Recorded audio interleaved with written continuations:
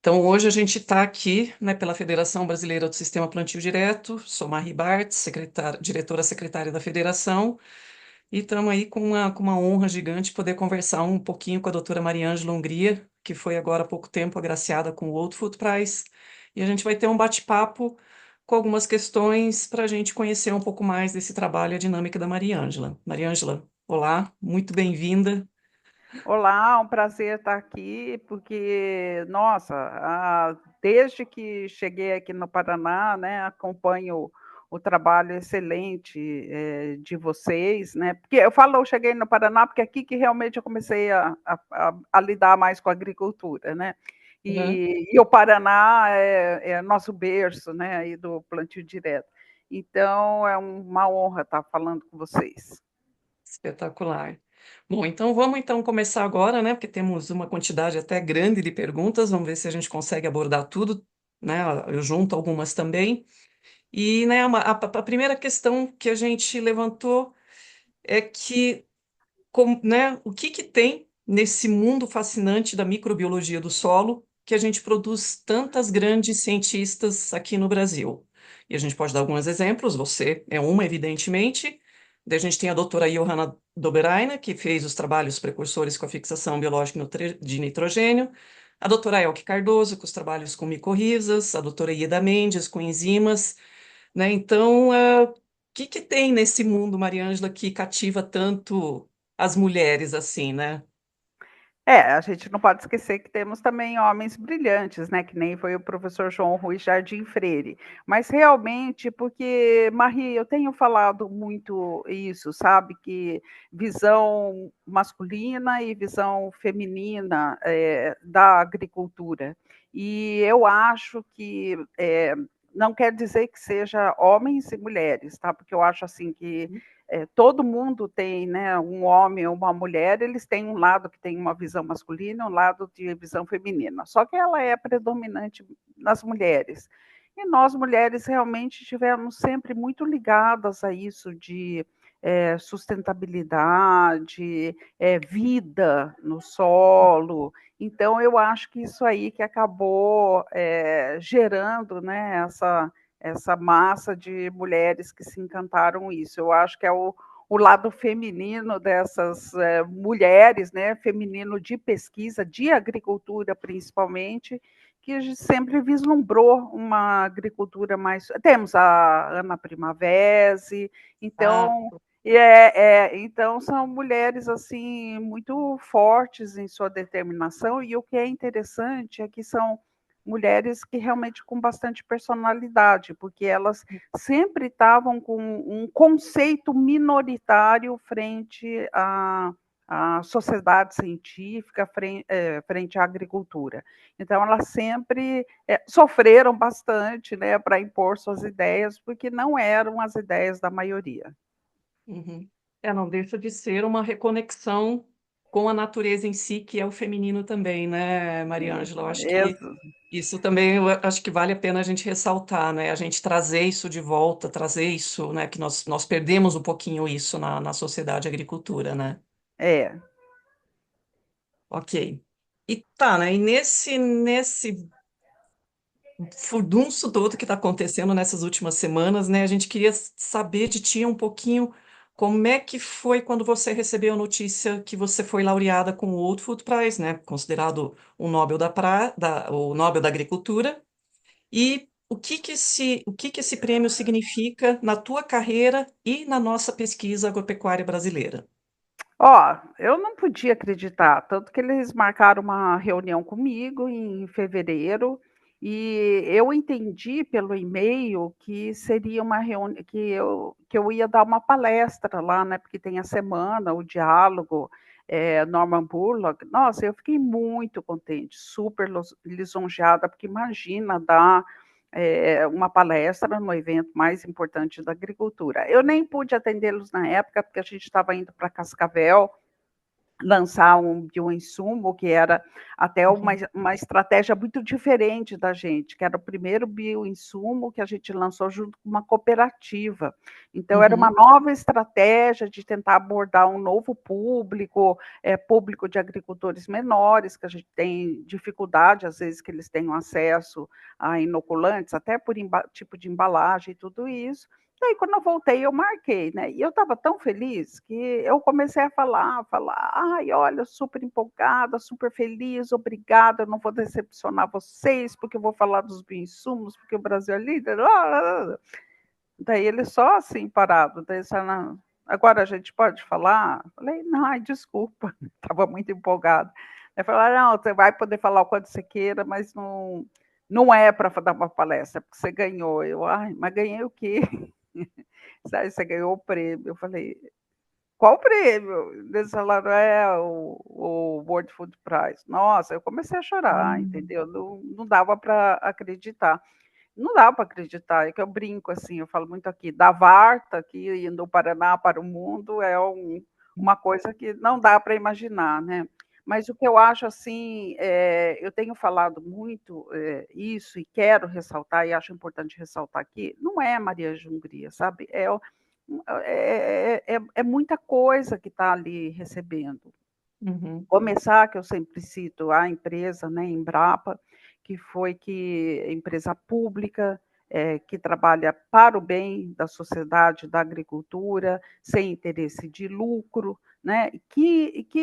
Uma instituição que investiu 4 décadas nisso, né? Porque eu não estou ganhando por uma descoberta, estou ganhando pela carreira, né? Uhum. Todos os 40 anos. Então, a empresa acreditou nisso, mesmo quando estava totalmente desacreditado. Ninguém punha fé que a agricultura pujante do Brasil, com altos rendimentos, podia ser feito por biológicos, mas a Embrapa acreditou. Todos os colegas que trabalharam comigo, porque pesquisa, ainda mais no Brasil, onde as dificuldades são muito grandes, a gente tem um grande espírito colaborativo, né? Então, todos os grupos de pesquisa, todos os alunos, ex-alunos, colegas de trabalho que trabalharam comigo. Eu falo que eu quero, com esse prêmio, homenagear mulheres, né? Porque eu Uhum. acho assim, que nós temos uma função muito importante de segurança alimentar, que não é só da pesquisa, né? Ela é lá que começa com mulheres na agricultura familiar, guardando as melhores sementes para a safra seguinte, por pessoas que às vezes a gente não valoriza, como a própria merendeira de uma escola, Oi. que prepara a alimentação, não tenho certeza que fica pensando muito no melhor nutritivo que ela pode oferecer, até nós da pesquisa, as mulheres na extensão, as mulheres do setor privado. E muito importante, eu acho que é essa ideia que realmente ajudar a divulgar no exterior. Que o Brasil tem importante pesquisa na área de sustentabilidade agrícola, e eu falo dos biológicos, né, mas existem muitos outros temas ligados à agricultura, e sustentabilidade, entendeu? Porque a gente Uhum. tem uma má imagem no exterior, geralmente notícias sensacionalistas. Nós temos realmente péssimos agricultores, infelizmente, mas todas as profissões têm péssimos profissionais, mas a grande maioria dos agricultores, a gente lida aqui dos pequenininhos até os super grandes, eles são preocupados com a sustentabilidade, perguntam da saúde do solo, se preocupam com a imagem e com o que está acontecendo de mudanças climáticas globais, porque eles sentem no bolso o efeito das mudanças climáticas.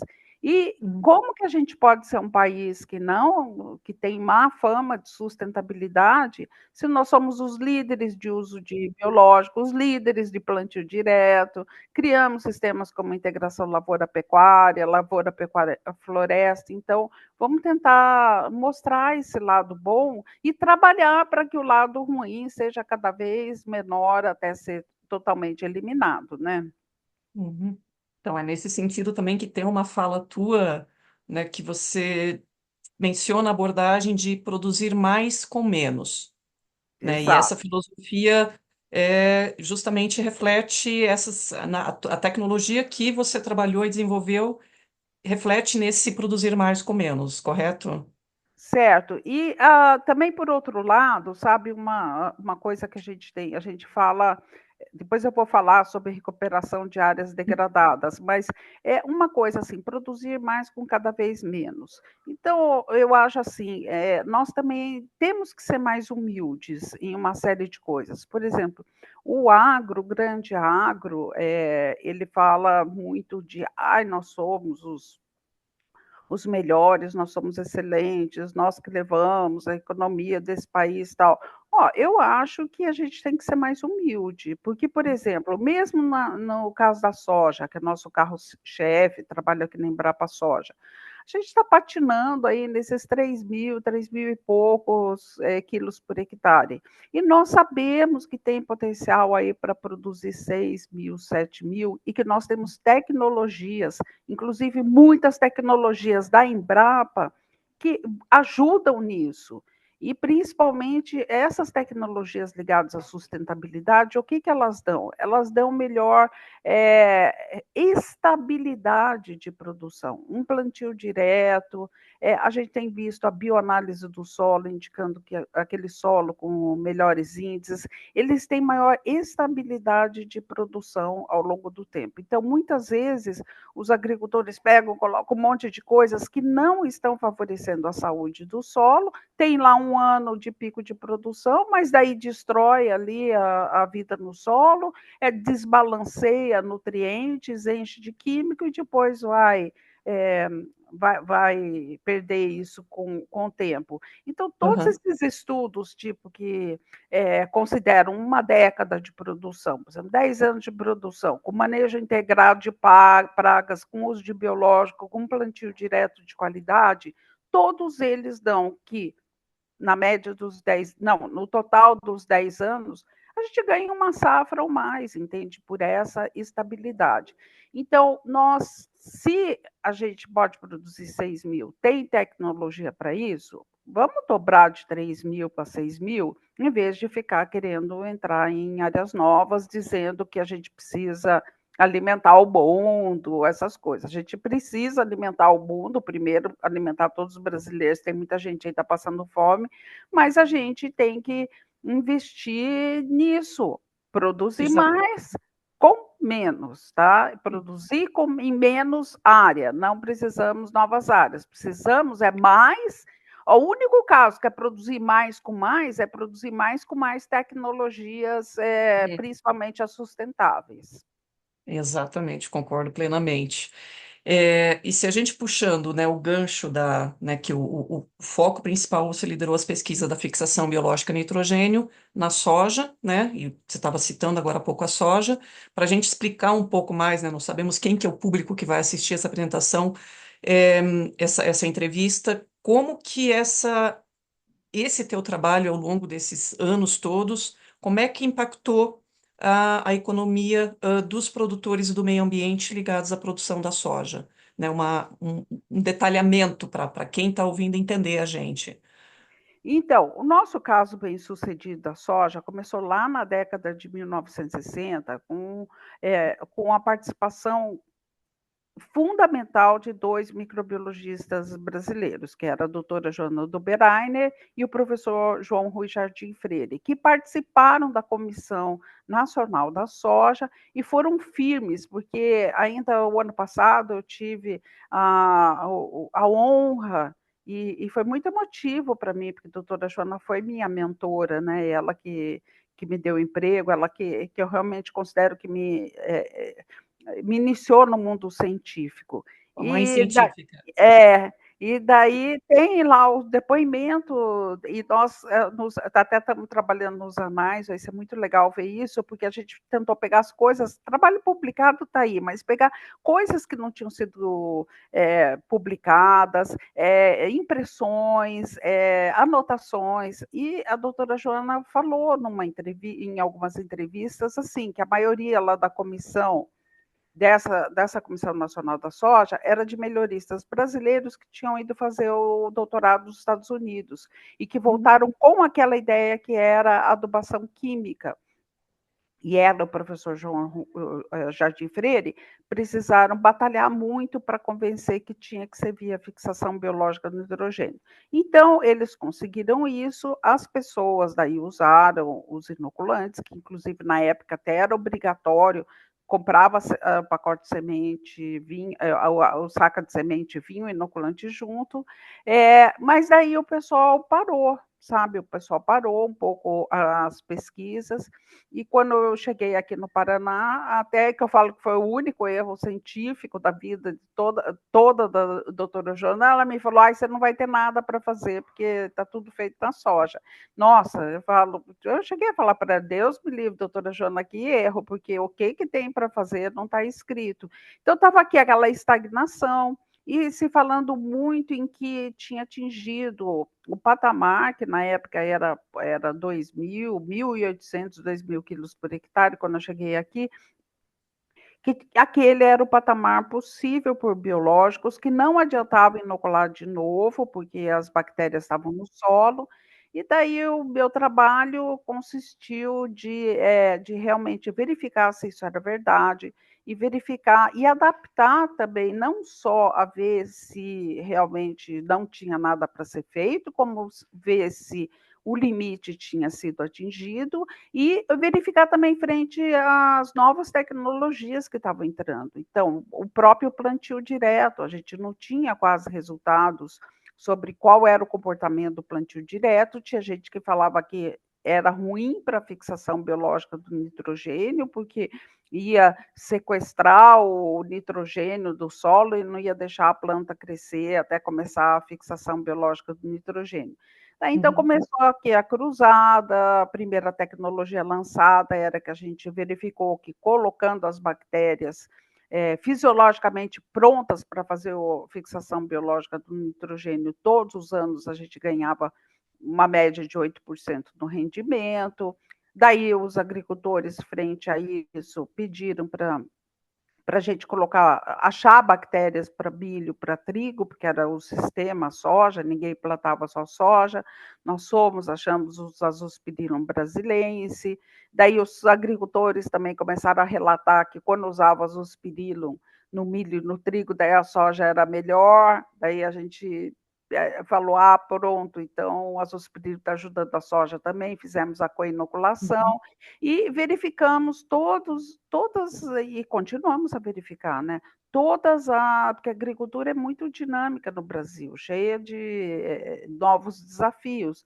Então, a gente sempre verificando se a gente podia conseguir máximos de produção com plantio direto, cultivares indeterminadas, transgênicas, vamos seguindo tudo que vai, que foi surgindo. Então, hoje a gente tem um banco de quase 500 ensaios de campo conduzidos das mais diversas condições, é uma riqueza assim que nenhum país tem. E o que eu falo, nenhuma instituição tem esse volume de ensaios e resultados que a gente tem. No que, mais uma vez, eu falo que como a gente deve, assim, a pesquisa pública, uma Embrapa, que permitiu a gente desenvolver e ter todas essas respostas que nos dão a garantia de chegar para o agricultor e falar, olha, teto de produção não é limitado pela fixação biológica de nitrogênio se você fizer boas práticas de inoculação. Outras coisas que podem limitar, mas plenamente capaz de produzir 6, 7 mil quilos só com a fixação biológica do nitrogênio. Uhum. Maravilha, né? Essa tua fala mostra, então, né, que eu ia perguntar a tua relação com a Johanna de Berainer, mas é assim, tu é uma cria dela praticamente, né? Tua mãe científica e você deu continuidade para aquilo que ela começou, aliás, acreditando em mais coisa que ela mesma já tinha colocado, né? Então, é espetacular essa sucessão também dentro da carreira científica, né? É, A da doutora Joana, eu queria até comentar uma ah, coisa assim, é porque realmente eu era muito jovem, tá? Eu era ali, tinha 23, 24 anos quando fui, nossa. e você estava fazendo ali o doutorado, né? Estava com 23. E você sabe, às vezes você não tem a dimensão assim das coisas. E eu achava assim para mim que todo cientista era como a Joana, sabe? Uhum. Depois que eu conheci tantos cientistas, que eu vi que ela realmente era uma pessoa fantástica, Uhum. privilegiada, inteligentíssima, Um e outlier, né? ela e ela sabia o que cada um fazia, vinha, falava. E um outro lado que eu acho importante, que eu tenho destacado, que eu, desde o ano passado, que eu trabalhei nesse centenário dela, é o lado dela ser à frente de tudo, inclusive à frente como mulher, no ponto de vista do quê?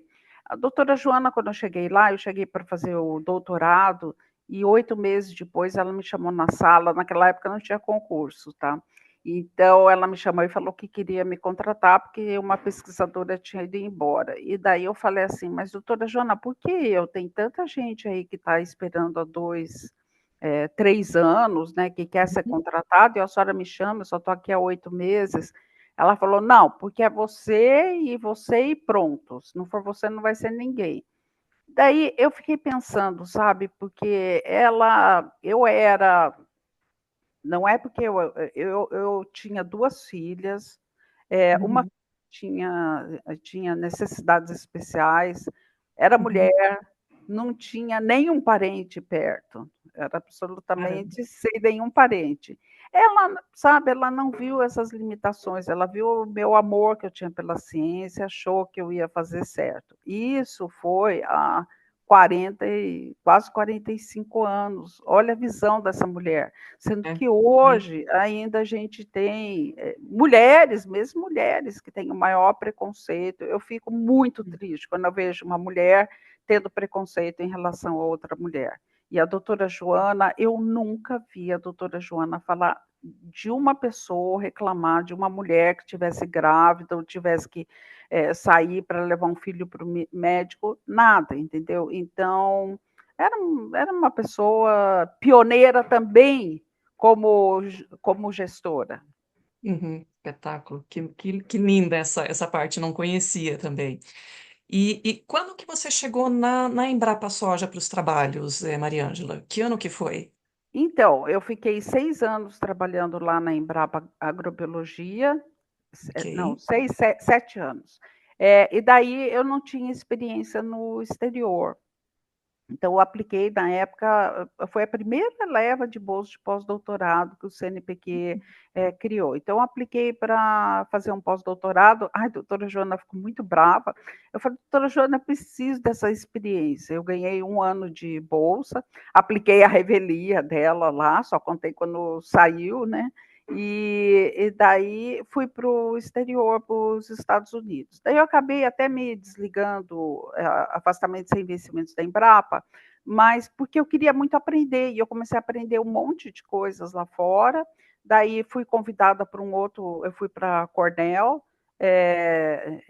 no estado de Nova York, e depois fui convidada também por um grande professor lá para ir para a Universidade da Califórnia, lá em Davis. Ai, sabe, por mim, porque eu sempre fui assim, eu sempre amei aprender as coisas. Fui para lá e daí chegou a hora, né, que tinha que decidir.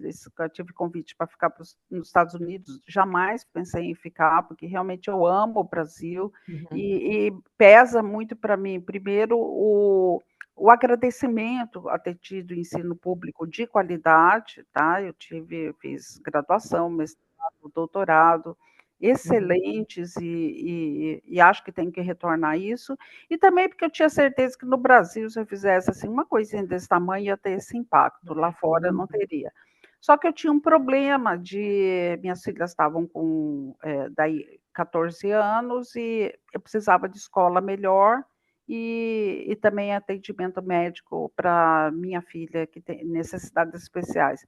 Daí eu me Uhum. transferi para Londrina, né? E triste, a doutora Jana ficou brava comigo, mas depois me perdoou, porque eu falei para ela, falei, doutora Jana, a senhora é mãe, a senhora sabe, eu não quero como profissional, mas chegou esse momento, o mãe é mais importante que o profissional.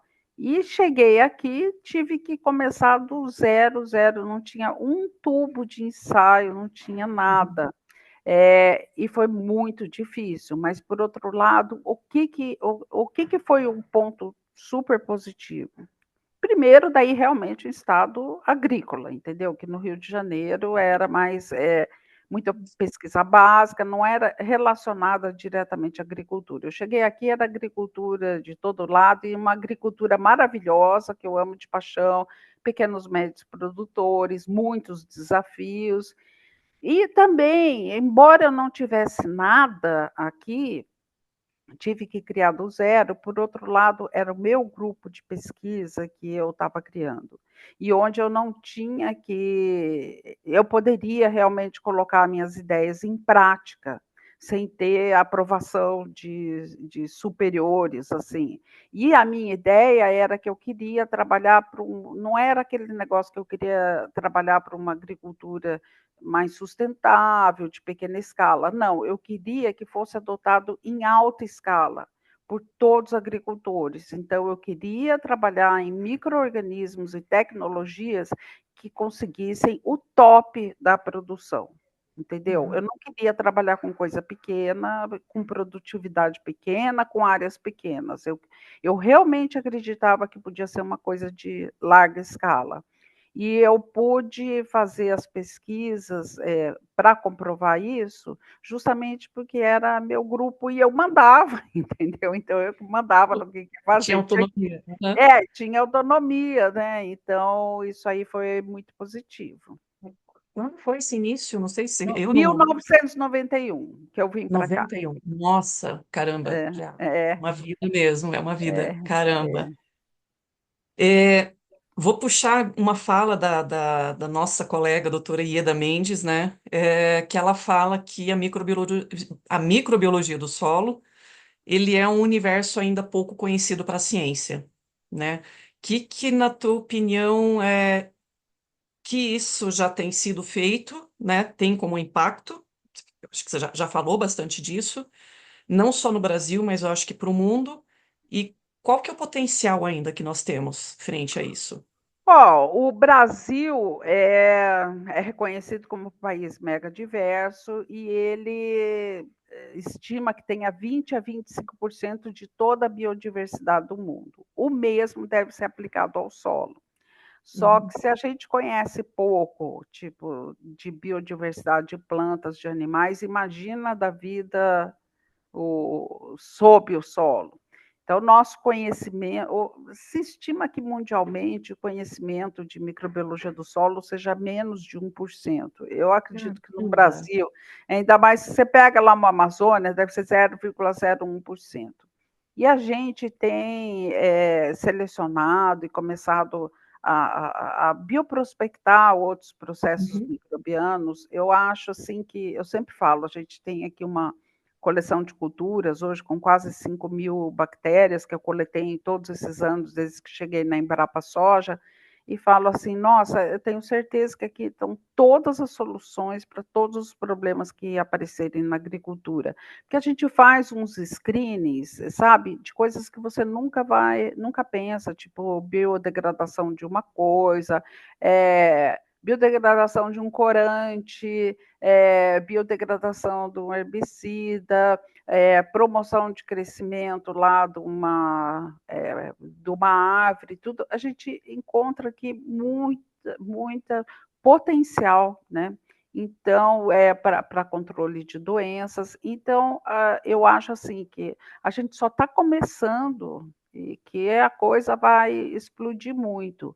Antes, talvez não tivesse tantos avaliações de propriedades, porque não tinha muito interesse, sabe? Então, até a gente conta trabalhos publicados que relatam propriedades muito interessantes, mas não tinha como tirar isso do laboratório, da prateleira Uhum. do laboratório, porque o setor privado não se interessava. Mas agora, nossa, o setor privado tá toda semana liga que, não tem isso, não tem aquilo. Fala, calma, não é assim também, né? Então, o Ou setor seja, privado está muito empolgado em novas soluções para a agricultura.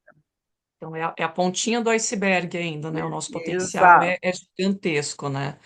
E, né, ou seja, né, de inovação. Nesse sentido, a gente está com nos últimos aí quase 10 anos, né, com essa avalanche dos insumos biológicos, né?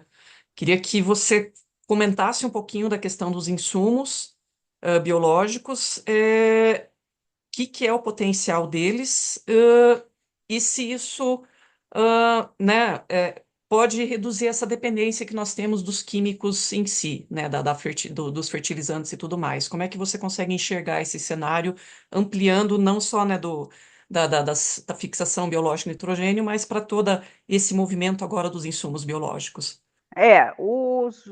Então, existem às vezes algumas coisas ruins que acontecem, mas sempre tem, pode ser uma oportunidade para alguns setores. E foi Uhum, isso que aconteceu ali em 2020, a gente teve o lançamento do decreto de bioinsumos, mas só ele realmente acho que não faria grande diferença, mas a gente daí teve a pandemia e teve a guerra da Rússia com a Ucrânia, uhum, que escancararam o problema seríssimo que a gente tem, que a gente hoje importa 85% em média de todos os fertilizantes que usa na agricultura. Né? É um absurdo para um país que depende de agricultura. Todo mundo entrou em pânico, não vou conseguir produzir e tal. E o que, que a gente tinha? A gente sempre trabalhava muito na explicação, unidades demonstrativas, folders, explicar em dia de campo, palestras sobre que a gente garantia que os bioinsumos funcionavam, sabe? Tanto para a nossa parte, que é nutrição de plantas, como para controle biológico. Mas uhum, o marketing dos químicos é 1000 vezes maior, era 1000 vezes maior que o dos biológicos, que era acho que 10 mil vezes maior do que o marketing da pesquisa. Né? Então, a gente tinha muitos agricultores que não queriam arriscar, porque o marketing dos químicos falava que eles não iam conseguir altos rendimentos. Como a situação apertou, não tinha fertilizante, o transporte estava caótico, e a gente comprava a maior parte dos fertilizantes da Rússia e da Ucrânia, daí esses agricultores resolveram arriscar, né? uhum, E viram que realmente era verdade o que a gente falava, que eles podiam ter altíssimas produções usando biológicos. E daí, uhum. com isso, acabou estourando, né? E a taxa de crescimento, não só no Brasil, no mundo, mas no Brasil mais do que o mundo, de crescimento dos biológicos está muito superior à dos químicos. E hoje nós somos os líderes mundiais de uso de biológicos, mas a gente tem tanto espaço para crescer, porque eu acho que não chega a 15% dos biológicos em relação aos químicos ainda na nossa agricultura. Se você pergunta, eu acho assim, 100% biológicos, hoje a gente não tem conhecimento para isso, para fazer uma agricultura. É claro, uma agricultura orgânica, para uma agricultura familiar, consegue, mas agricultura do tipo que a gente Arriscado. faz no Brasil, né, 47 milhões de hectares da soja, essas coisas, nós não temos tecnologia para só usar biológicos. Nós temos que usar os químicos. Mas, existindo a possibilidade de substituir químicos por biológicos, seja na nutrição de plantas, aumento da resistência das plantas, seja em controle biológico, a gente tem muito espaço para crescer, e quanto mais for possível substituir, mais barato, menos impacto do meio ambiente, melhor imagem no exterior, menor emissão de gases de efeito estufa, tudo de positivo. Uhum. Aí pensando, né? Eu não sei eu imagino que são feitas essas correlações do uso, seja da fixação biológica de nitrogênio ou bioinsumos, na economia, e isso também se a gente substitui reduzindo os fertilizantes. Não sei se precisa falar, né, dos bioinsumos em si, mas da fixação biológica do nitrogênio, você teria algum número para dizer aqui Sim, para quem está temos. ouvindo a gente, né, ser um agricultor, um técnico que está ouvindo, falar, cara, quanto que é essa economia se eu conseguir aplicar essa tecnologia na minha área? Então, a gente até fez porque a gente sempre calculava aqui, né, do jeito meio biológico aqui, né, fazendo as multiplicações, mas a gente daí até publicou em 2023 um trabalho para realmente ter ali como que a metodologia que a gente usa para calcular isso, junto com o Tiago Teles, colega do IDR, e daí, então, mostrando como que não é do nada que a gente tira os números. Então, usando essa metodologia, essas equações, na última safra, no caso da fixação biológica do nitrogênio com a cultura da soja, e a gente basicamente considera toda a área planta, qual é a área total plantada com soja no Brasil, o rendimento médio nacional, e o preço médio do fertilizante no mercado, e a gente usa ureia como balizador, isso deu, na última safra, uma economia de 25 bilhões de dólares que a gente deixou de comprar com fertilizante. E muito importante, tão importante quanto, né, deixamos de emitir 230 milhões de toneladas de CO2 equivalente por não usar fertilizante nitrogenado na soja, que a gente teria que usar se não tivesse o processo da fixação biológica do nitrogênio.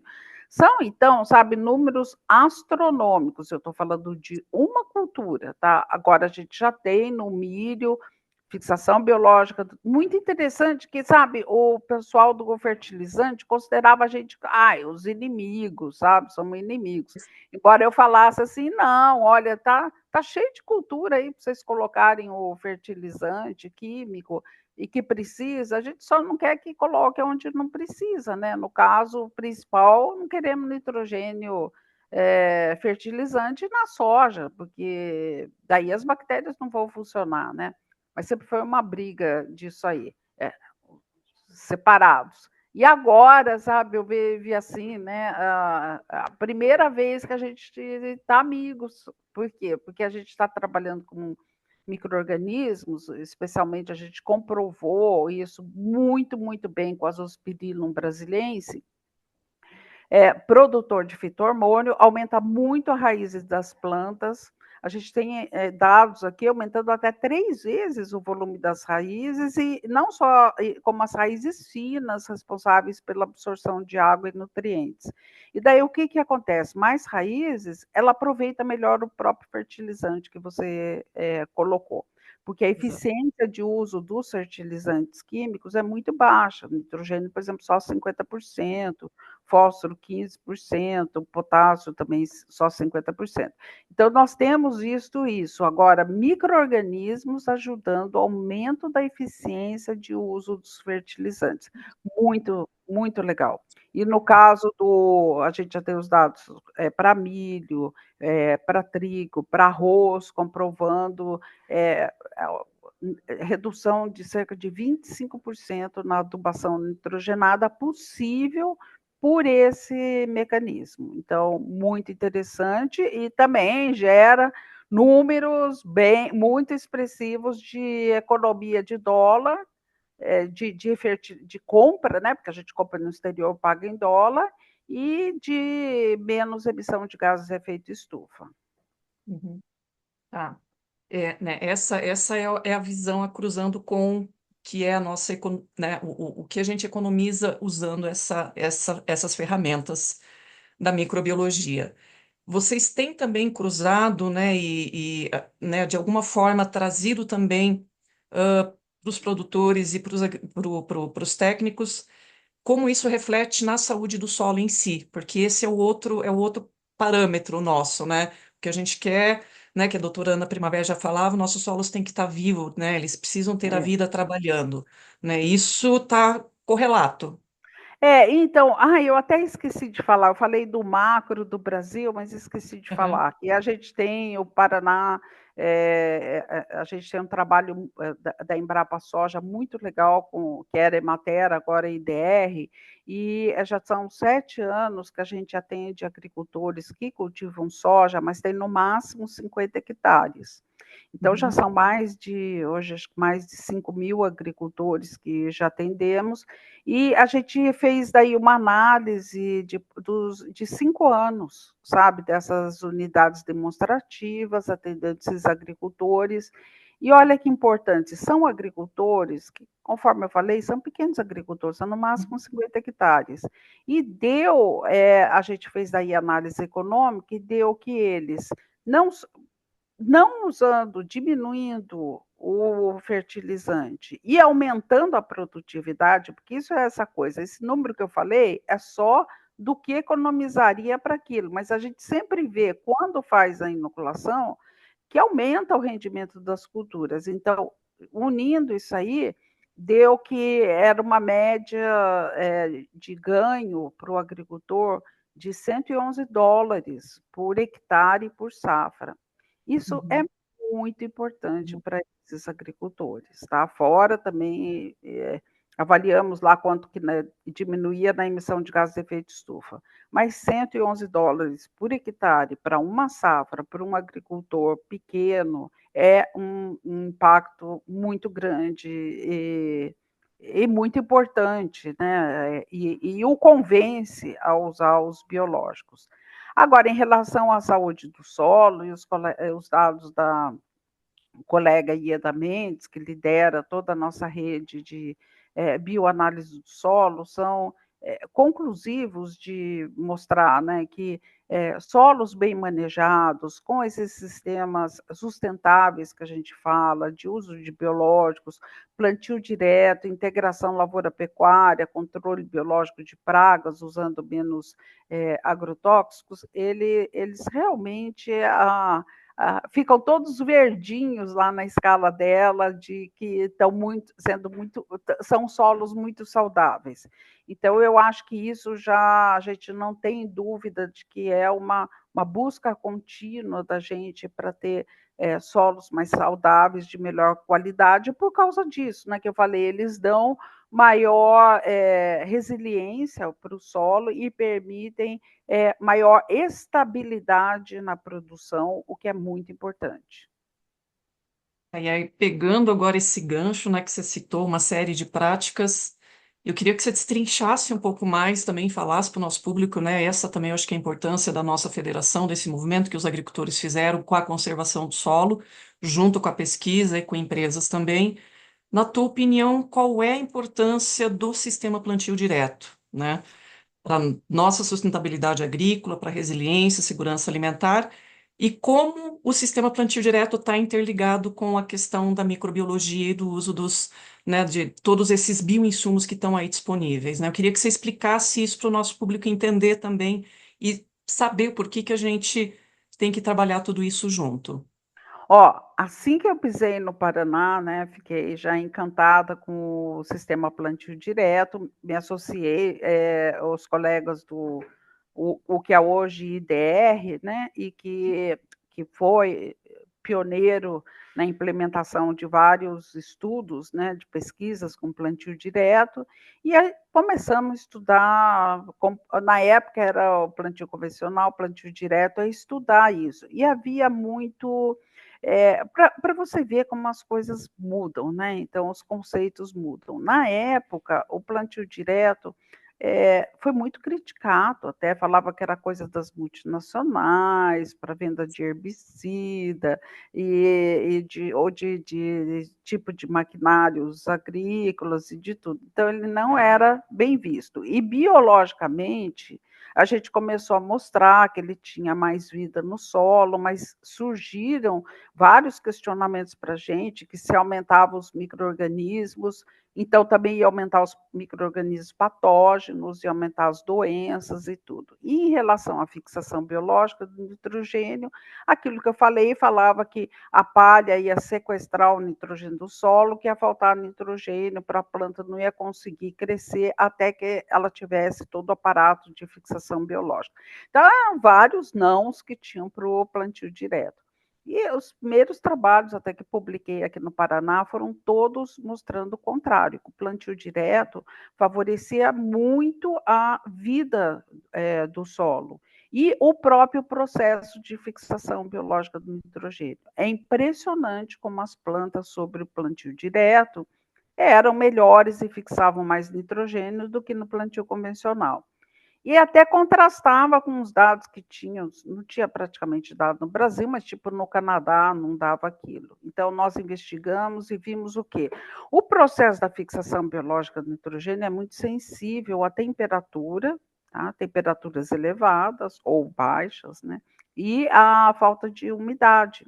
Então, uma planta dependente da fixação biológica do nitrogênio, ela sofre mais do que uma planta que está recebendo adubação química, porque ela tem que manter a bactéria, a simbiose e a planta, a outra só tem que manter a planta. E nós, então, vimos, né? Às vezes as pessoas pensam, todo mundo fala, você passa frio no Paraná? Eu falo, não, passo não, porque eu estou lá no norte, é bem quentinho, senão eu não teria vindo para o Paraná, que eu não gosto de frio, né? Mas a gente via aqui 10 graus, 12 graus de diferença entre o plantio convencional e direto, o nível de umidade muito bom, e a gente, por isso, vê que era salvação da fixação biológica do nitrogênio era o plantio direto.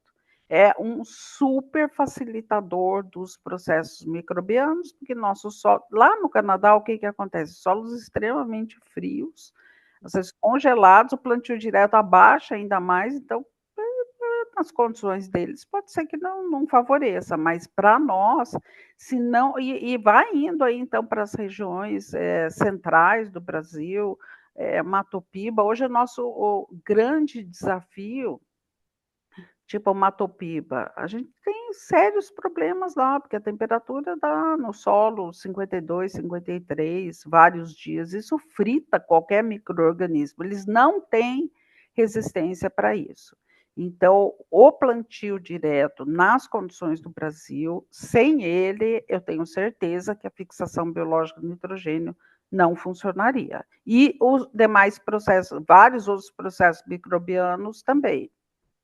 Pois a gente pode, acho que, extrapolar isso para toda a vida no solo, né, Mariângela? Que se não Exato, exato. ter Uhum. proteção, umidade, a vida não vai ali acontecer. Então, esse nosso sistema, eu acho que é o que vai conseguir mover essa bomba dentro do solo, né?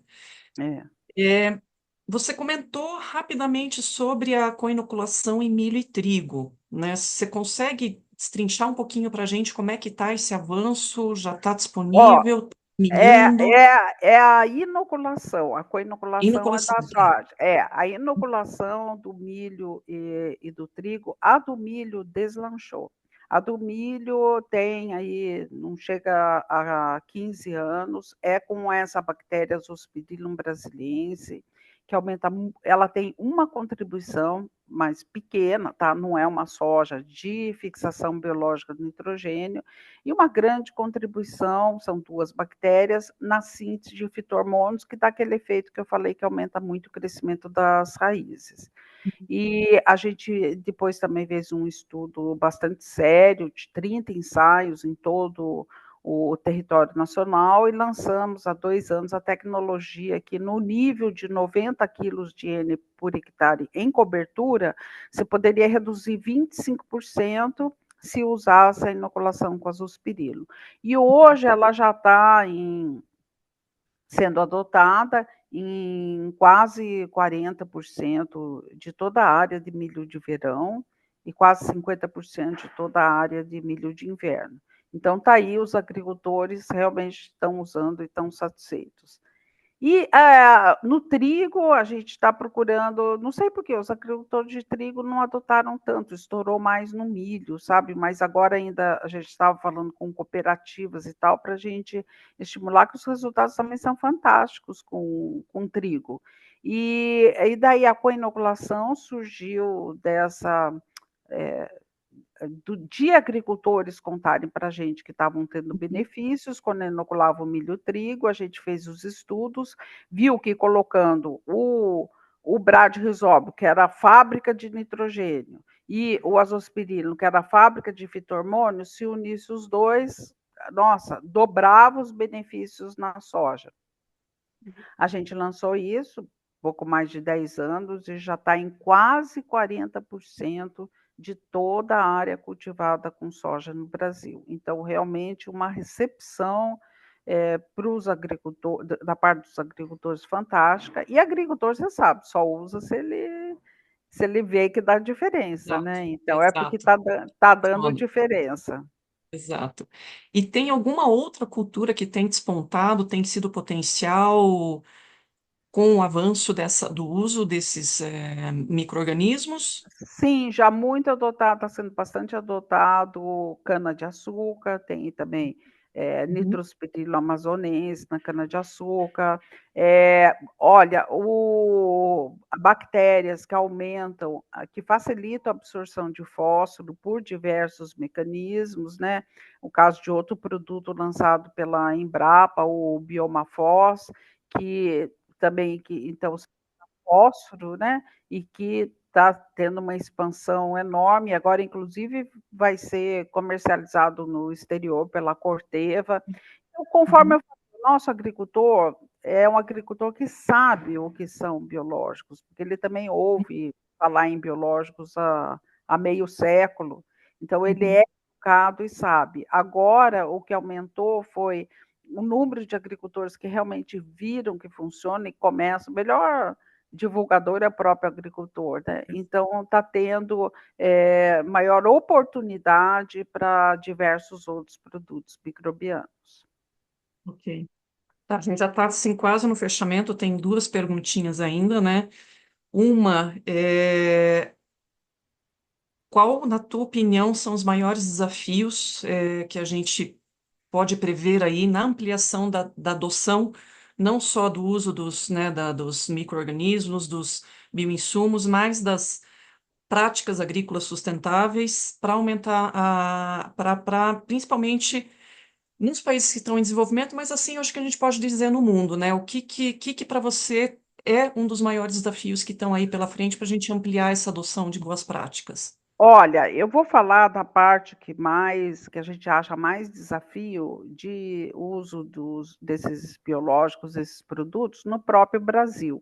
Porque o Uhum, que que aconteceu? Houve essa explosão, né, de reconhecimento de que são produtos excelentes. Só que não existe o conhecimento suficiente de que microbiologia não é química, entendeu? Então, uma coisa é você fazer produtos químicos, outra coisa é você fazer produtos microbianos, uhum, microbiológicos, que exigem profundo conhecimento em microbiologia. Então, houve uma falta percepção amplamente divulgada de que produzir esses bioinsumos, né, com organismos vivos é uma coisa extremamente fácil que cada um pode fazer. Eu trabalho aqui há mais de 40 anos com indústrias que compram equipamentos sofisticadíssimos. Hoje a indústria nacional, olha, eu conheço indústrias de biológicos em todo o mundo. Posso falar que das melhores aqui estão no Brasil, tem indústrias fantásticas. Mesmo elas, às vezes, têm problemas, entendeu? Problemas de contaminação, taxa pequena, mas ocorre. Então, imagina se nelas ocorre, imagina você fazer de um modo caseiro esses micro-organismos. Então, fala assim, ah, não, a gente produz queijo, a gente produz cerveja, são outros micro-organismos totalmente uhum, diferentes, que exigem outras práticas. Então, o que a gente tem uma série, então, dos conhecidos on-farm, né, que estão produzindo. A opinião da Embrapa sempre foi, né, de que qualquer um pode produzir, desde que produza com qualidade, mas uhum, daí foi um marketing tipo, ou é o próprio agricultor, ou é favorecer multinacionais. Não, não é nada disso. E a gente fica preocupado porque vários desses produtos, para dizer a verdade, todos que a gente analisou até hoje, tinham alto nível de contaminação. E o uhum, que que a gente fica preocupado? Que essa disseminação está sendo muito estimulado, novas biofábricas, tal, não tem recursos humanos para isso. Toda semana, hoje estou perdendo mais uma aluna aqui, Ah, perdendo, meu mas Deus. tudo bem, mas para uma indústria, olha, não tem, as pessoas ligam assim, eu preciso agora aqui, o que eu faço? Montei a fábrica, não tenho gente. Falo, mas não tem gente, não tem, está todo mundo empregado, não tem gente formada e não se forma em 20 dias, em 20 minutos, 5 dias, como eu vi por aí, sabe? Uma semana nós vamos formar vocês. Não, não forma isso. E a gente fica com medo o quê? Que começa a colocar produtos que não são aqueles que, com as bactérias que a gente selecionou e tudo isso, que as pessoas comecem, primeiro pode ter até doenças, segundo, que os resultados não sejam aqueles que a gente garante na pesquisa com produtos puros e que caia no descrédito, né, da população que bioinsumos funcionam. Então, a gente realmente tem que bater na tecla de que qualquer um pode produzir, mas a agricultura brasileira merece e todos têm a obrigação de colocar só coisas com produtos de qualidade. E no Uhum. mundo, no mundo, o que eu acho, eu vejo todo mundo correndo atrás de desenvolvimento de produtos biológicos, porque o mundo inteiro está querendo, por uma ou outra razão. Nos países em desenvolvimento, nos países menos ricos, como o nosso, em geral, por economia, né? Porque se torna mais econômico.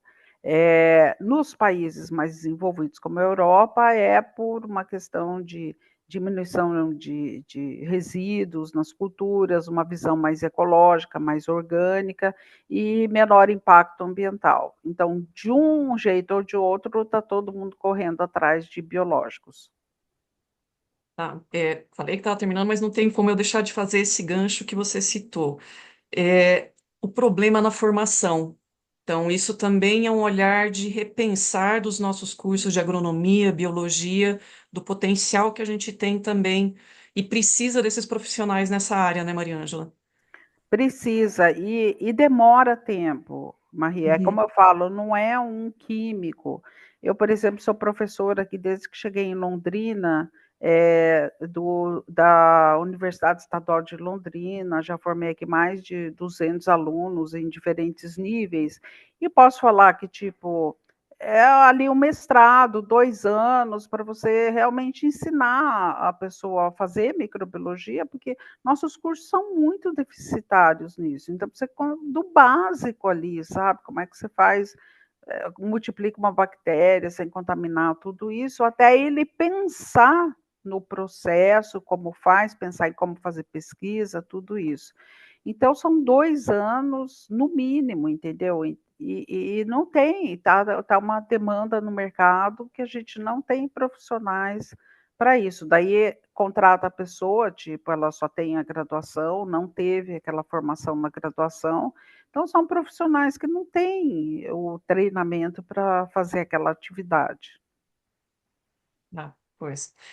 Tá, e agora então, para a gente fechar, né, a nossa conversa, não que não a gente poderia ficar, acho que muito tempo aqui ainda conversando, porque o assunto é espetacular, né? Ouvir a tua história, toda a carreira. A gente já falou um pouquinho no início, mas eu queria fazer o fechamento com o que a gente começou, que é você, né, ressaltar de novo, né, como é que você vê o papel das mulheres na ciência, principalmente na agricultura. E qual que é a mensagem que você deixa para as nossas jovens pesquisadoras, principalmente no que diz respeito a essa relação com a agricultura resiliente, sustentável e justa, né? Então, queria que você deixasse, fizesse agora um fechamento nesse sentido para quem está ouvindo a gente. Olha, o que eu acho é aquilo que eu falei, que eu até estou com esse prêmio, faço questão de sempre falar que estou homenageando as mulheres.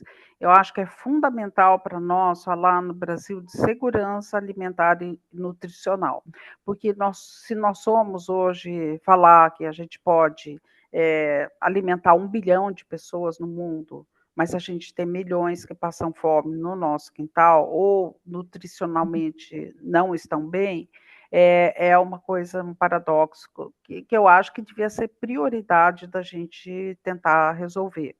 E eu tenho muito orgulho, conforme eu falei, das mulheres nessa cadeia que permite a segurança alimentar. Uhum. E que nós não valorizamos, sabe? Às vezes a gente não valoriza lá a avó que passou para a mãe, que passa para a filha, como ela prepara o alimento, que vai ser o alimento que vai perder menos proteínas, que vai ser mais conservado, que faz a horta, que explica sobre as plantas medicinais. É incrível, assim, mulheres que às vezes não são nem alfabetizadas, elas têm uma noção de quantidade, sabe? Se é para uma família para 5, chegam mais 5, ela sabe como multiplicar aquilo para fazer a comida. Isso é segurança alimentar. Fora as mulheres da agricultura familiar, que são também grande maioria da agricultura familiar, não são tão valorizadas, as pessoas ficam pensando nos grandes produtores, exportadores. Essa agricultura familiar põe 60%, 70% do que a gente come todo dia. Sem ela, nós vamos passar fome, então ela precisa ser valorizada. E as mulheres têm um papel muito importante nisso. Até as mulheres que vão fazer extensão agropecuária, e que fazem a pesquisa e que são agrônomas também. Tá? Então, eu acho, como eu falei, que essa agricultura do futuro é uma agricultura mais feminina, do ponto de vista de que ela é mais preocupada com a sustentabilidade, porque ela quer produção sempre, sabe? Que se uma safra quebrar, pode haver falta de alimentos, falta de divisa. Então, falar para essas mulheres que, nossa, olha, minha vida foi tanto não, que eu não ia dar nada, que eu não ia isso, que eu não ia, que eu não era capaz, que não, no mundo super machista e masculino. Eu acho, talvez as coisas tenham melhorado, mas eu ainda vejo muito, ouço muitos nãos para mulheres. Então, não acredite um não, porque, ó, todo mundo falou que eu não ia dar em nada, que eu estava trabalhando numa área que era um absurdo, que não ia ser ninguém, que tinha acabado a minha vida porque tinha tido 2 filhas muito jovens, porque eu tinha uma filha especial, e foram tantos nãos, não, não, sabe? Se eu tivesse ouvido todos esses nãos, ruim é claro que é ruim para sua autoestima, né? Mas olha, chora, lava o rosto, vai adiante, e, ó, se eu tivesse acreditado nesses nãos, eu não teria recebido o World Food É. Prize, né? E uma mulher, e sendo que no Brasil só ganharam, já houve duas premiações no Brasil, as duas para Uhum. homem, uma foi o nosso maravilhoso Alisson Paulinelli, junto com o colega da Embrapa Cerrados, Edson Lobato, que foi por essa agricultura, tropicalização da agricultura, abertura dos cerrados, em 2006 eles ganharam junto com o norte-americano. Em 2011 o presidente Lula e o presidente de Gana ganharam pelos esforços no combate à fome.